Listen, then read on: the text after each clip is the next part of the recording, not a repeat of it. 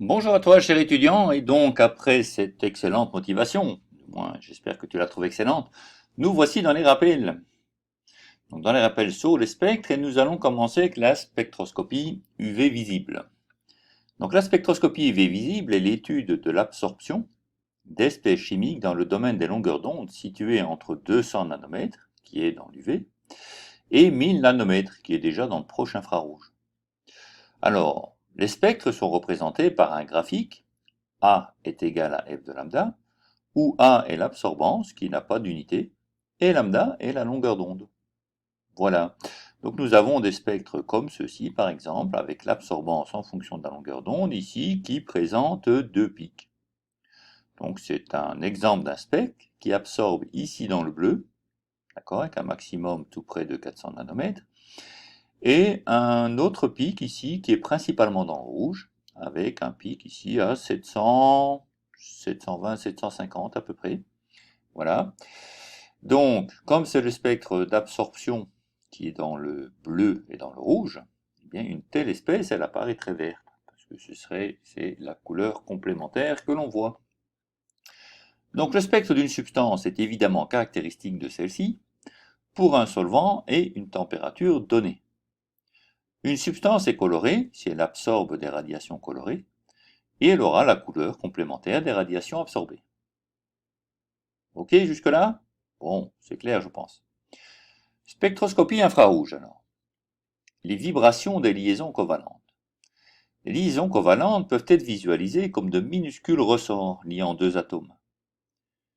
Elles peuvent vibrer, d'accord, ces liaisons, soit en élongation, soit en déformation. Alors, comme pour l'électron en orbite autour d'un atome, l'énergie de vibration de ces liaisons est quantifiée. Elle ne peut prendre que certaines valeurs permises. Si l'on envoie sur une liaison un photon ayant l'énergie adéquate, c'est-à-dire l'énergie correspondant à la différence entre deux niveaux d'énergie de vibration, la liaison pourra l'absorber et vibrer avec une plus grande amplitude. On dira qu'elle sera la résonance. Ces niveaux d'énergie, bien sûr, dépendent du type d'atome ou groupe d'atomes qui sont liés. Alors, pour ces spectres infrarouges, eh bien, le spectre infrarouge d'une molécule sera le tracé de la transmittance, en pourcent, en fonction du nombre d'ondes, sigma, qui lui sera exprimé en cm-1. Et sigma, le nombre d'ondes, c'est l'inverse de la longueur d'onde lorsque cette longueur d'onde est exprimée en centimètres. Donc bien 1 sur des centimètres, c'est des centimètres moins 1. Le spectre infrarouge, très complexe, est caractéristique d'une molécule. Il est possible de l'analyser en partie pour en déduire des groupes présents dans une molécule et ainsi avoir une idée de sa composition. Un spectre s'analyse à l'aide d'un tableau, résumant les nombres d'ondes d'absorption des différents groupes.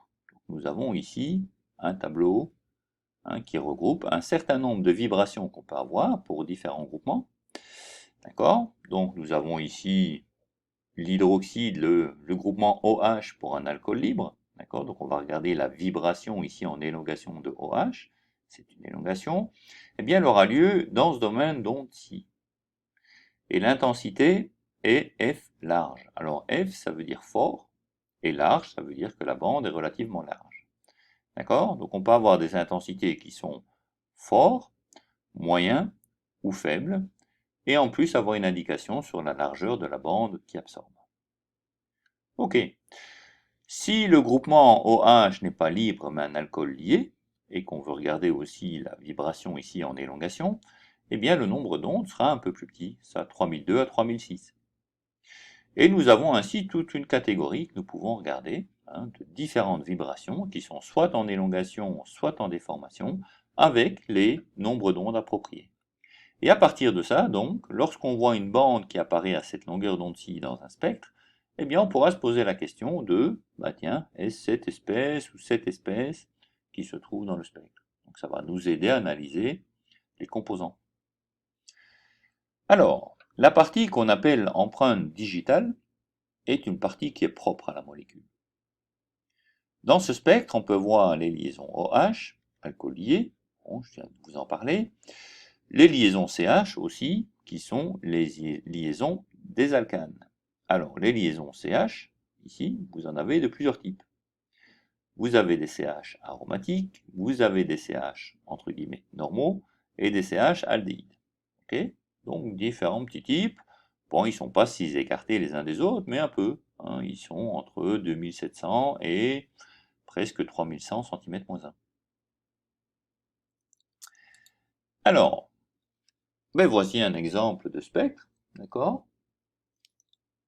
Et nous avons ici, en fonction ici, des nombres d'ondes qui sont montrés, nous pouvons déterminer plus ou moins quels sont les types de vibrations qui sont présentes.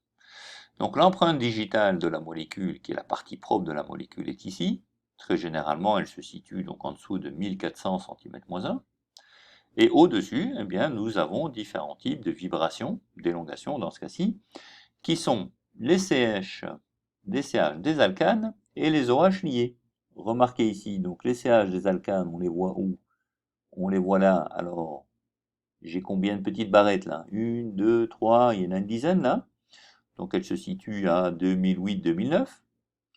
Et j'ai ici les OH liés qui sont à 3004. Alors, est-ce que ça correspond? Bien, les OH liés, oui, on voit qu'elles sont normalement entre 3002 et 3006, or je viens de dire 3004, donc c'est bon. Et les CH des alcanes, ici, ils sont plutôt centrés sur 2009 avec une bande assez intense et large. Donc regardons ça. 2009, c'est ceci, hein, c'est exact, avec une bande, d'accord, donc les intensités sont appelées moyennes, elles sont déjà moyennes fortes, j'ai envie de dire, et voilà, le spectre qui est là permet de les reconnaître. Puis nous avons différentes choses qui sont là en dessous, qui sont beaucoup plus spécifiques. Alors on ne va pas aller maintenant dans les détails, mais on y viendra plus dans les méthodes et les exercices.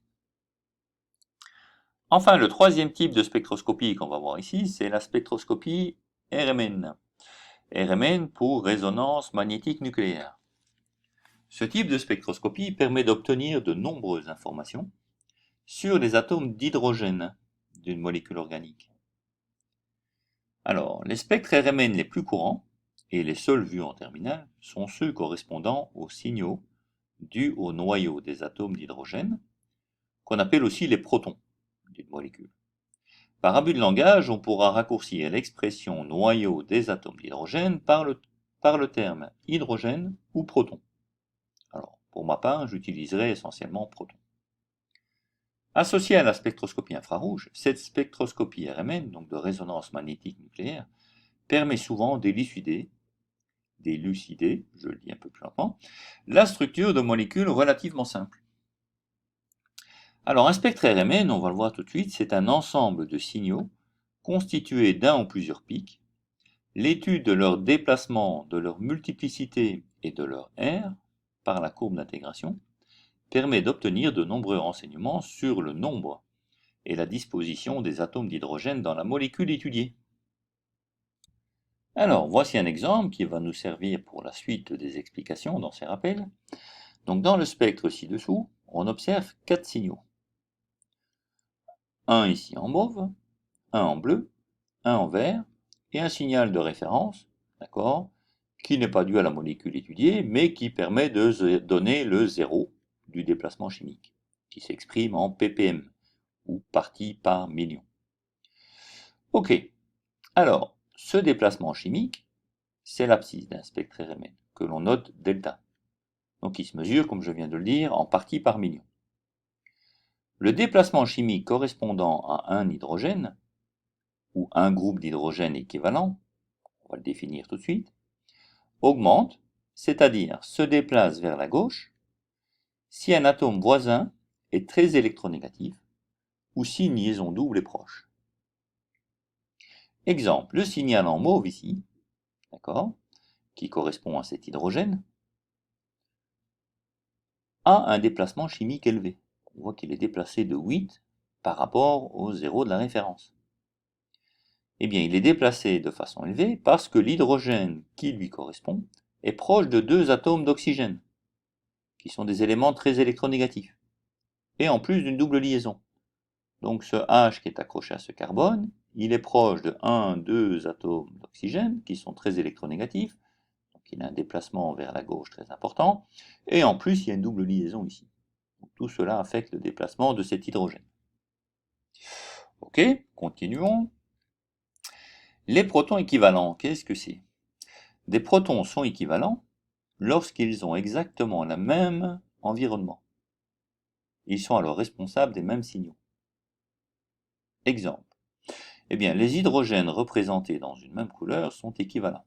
Donc ici, les H2 en bleu ici sont équivalents, les H3 là sont équivalents. Ok? Donc si je reprends les H3 en vert, par exemple, ces H3-ci, ils ont tous le même environnement qui est d'être liés à un carbone, qui lui-même est lié à deux autres carbones, et à un groupement CH2O-CHO. Ok? Donc les trois hydrogènes qui sont là sont équivalents. Alors, la multiplicité des signaux est quelque chose d'important qui nous permet de reconnaître le nombre de voisins. Donc la multiplicité des signaux, c'est-à-dire le fait qu'un signal soit un singulet, comme ici, un doublet, ou un triplet, comme le vert, ou un quadruplet, comme le bleu, d'accord, dépend du nombre d'hydrogènes voisins portés par des atomes de carbone adjacents. Donc ce qui se passe ici dépend de ce qu'il y a là. Et ce qui se passe ici dépend de ce qu'il y a là, etc. Ok? Si un groupe d'hydrogène équivalent à n voisins, le signal est composé de n plus 1 pics. Attention, ceci est très important. Si un atome d'hydrogène est porté par un autre atome que du carbone, il est isolé. Donc un hydrogène qui n'est pas porté par un carbone est isolé. Il n'a pas de voisin et ne peut pas être considéré comme voisin d'autres hydrogènes. Il produira toujours un singulet. Alors, exemple, si je prends ici les protons en vert, ça veut dire qu'ils ont deux voisins, parce que j'ai un triplet. Donc la règle des n plus 1 pic me dit qu'il y a n plus 1 égale 3, donc n égale 2, deux voisins. Eh bien, les deux voisins de ceux-ci sont les deux atomes d'hydrogène du groupe CH2 en bleu. Donc, ce qui est en vert là correspond au CH3 qui est là, d'accord? Il y a bien deux voisins qui sont les deux hydrogènes portés sur le carbone adjacent. Donc le signal a donc 3 pics. On dit que c'est un triplet. Les protons en bleu, par contre, c'est un quadruplet, ont donc 3 voisins. Et oui, ces protons en bleu, d'accord, ont un carbone adjacent qui a 3 hydrogènes. Donc il y a 3 voisins au bleu qui sont là. Donc c'est pour ça que c'est un quadruplet. Il y aura donc 4 pics. Voilà, voilà. Alors, le dernier point qui nous intéresse sur ces spectres RMN est ce qu'on appelle la courbe d'intégration. C'est la hauteur relative, d'accord, de la courbe d'intégration qui permet de savoir combien de protons sont responsables du signal. Par exemple, la hauteur du signal ici en vert, si je regarde la hauteur, donc la courbe d'intégration est ici, si je regarde la hauteur du signal en vert, elle est une fois et demie plus grande que celle du signal en bleu. On peut donc en déduire qu'il y a une fois et demie plus de protons responsables de signal que celui en bleu. Donc 1,5 n'étant pas un nombre entier, on aura probablement un rapport 3,2. Ok. De même, cette hauteur est 3 fois plus grande que celle du signal en mauve ici. Il y a donc 3 fois plus de protons responsables du signal en vert que du signal en mauve. Donc il y aura ici un rapport 3,1. Et donc ce qu'on voit, c'est qu'effectivement que H3 est lié ici à ce CH3, H2 à ce CH2 et H1 à ce H. Donc j'ai ici 3 protons pour 2 protons pour 1 proton. Voilà. Et cela est indiqué donc sur cette courbe d'intégration qui augmente au fur et à mesure. Voilà, voilà. Eh bien écoutez, ceci termine les rappels. J'espère que c'était clair. Et en tous les cas, pour s'en assurer, on se voit tout de suite dans le petit quiz. À bientôt.